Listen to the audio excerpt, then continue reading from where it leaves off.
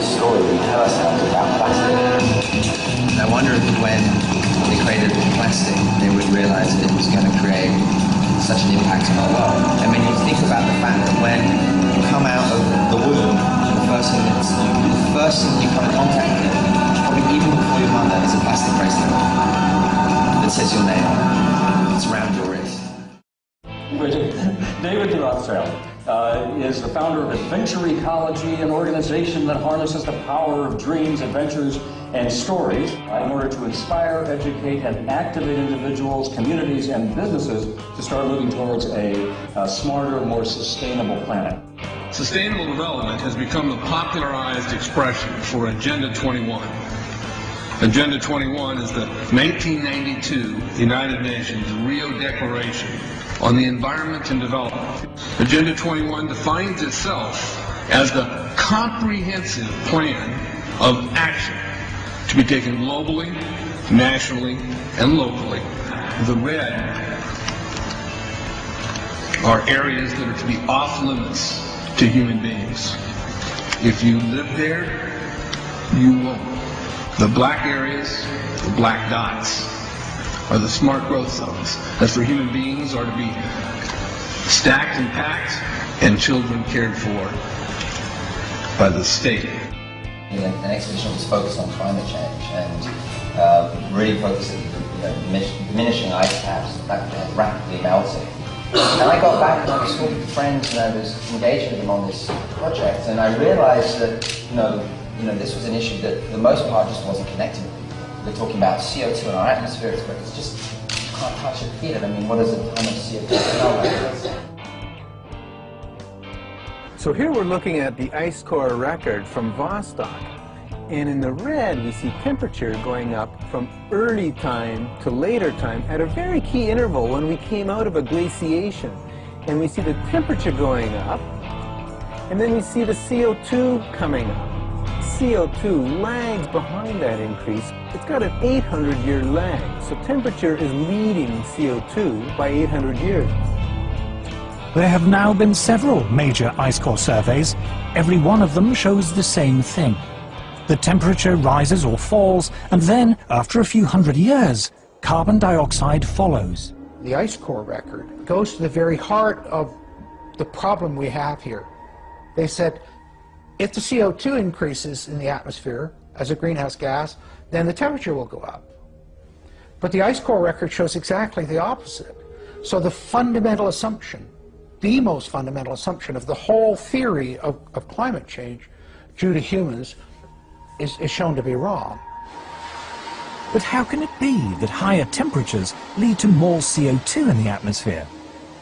To understand this, we must first restate the obvious point that carbon dioxide is a natural gas produced by all living things. Few things annoy me more than to hear people talking about carbon dioxide as being a pollutant. You're made of carbon dioxide. I'm made of carbon dioxide. Carbon dioxide is how living things grow. What's more, humans are not the main source of carbon dioxide. Humans produce a small fraction in the single digits percentage-wise of the CO2 that is produced in the atmosphere. Volcanoes produce more CO2 each year than all the factories and cars and planes and other sources of man-made carbon dioxide put together.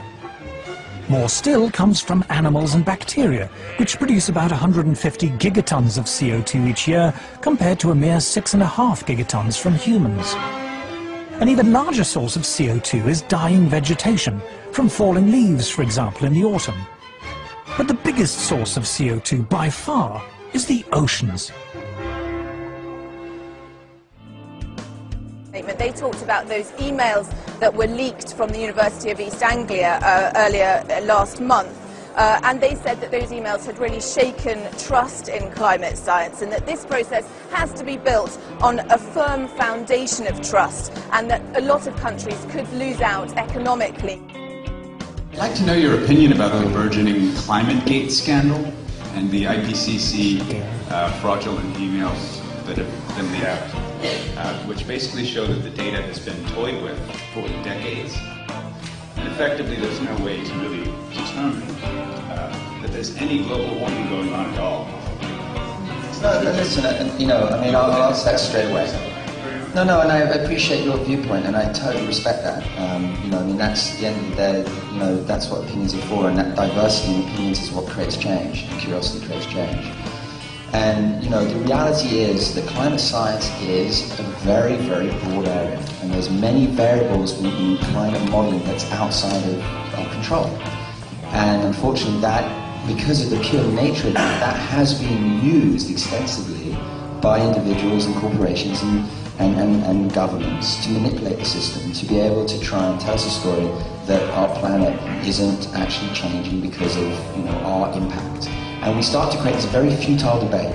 And it is a futile debate, because at the end of the day, we're only kidding ourselves. No one else is going to lose out apart from us, and our children, and their children, and their children. Right? And so what we have to do is we have to say, okay, let's park that issue, right? Because we're never going to get an agenda that's a global governance agenda, as we saw in Copenhagen, because there's too many vested interests. But let's focus on the things that are fingerprints that are undeniable. The plastic in our ocean, the degradations of our forests, the degradation of topsoil, the collapse of our marine fisheries. Pollution is rife. And you know what? 100 years ago there wasn't plastic. And now we've got fingerprints everywhere that are poisoning our children, poisoning us, and are causing undeniable damage to our natural systems. They are blocking up the code of nature. And so when we look at it, it says, you know what, if you don't believe in that, just go outside and look at what's going on around you. Look at the loss of all these things that we need to support us. Nature is our life support system. So the argument, and if you've been dragged into it, then basically you're a chess piece in the game of big business that is using you to try and believe that we aren't having an impact. Believe me, we are. What's more important, the sustainability that you're talking about, or the 99% of the population that's going to feel the crunch from having to dramatically reduce their consumption? I think it's both. I think they're one and the same. You can't separate them. I think what we have to do is move from a product-based society to a service-based society.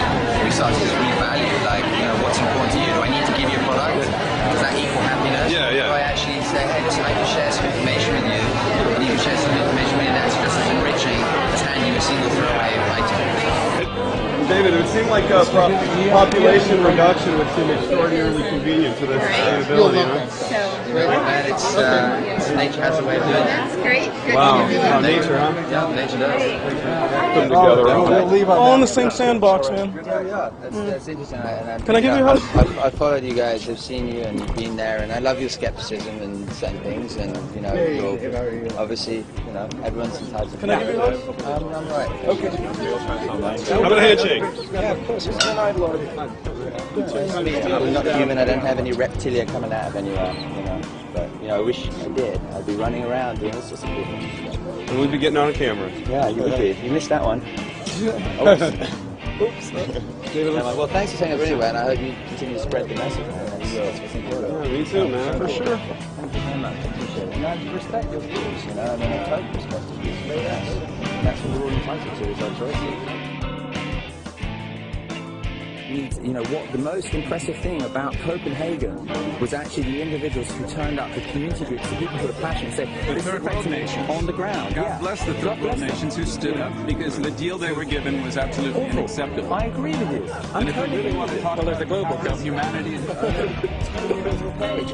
right. And so I know that I'm seen as some sort of, like I said, shift-shaping lizard from the ninth dimension who's blah, blah, blah, blah, blah, and all the rest of it. There's a family history, but, you know.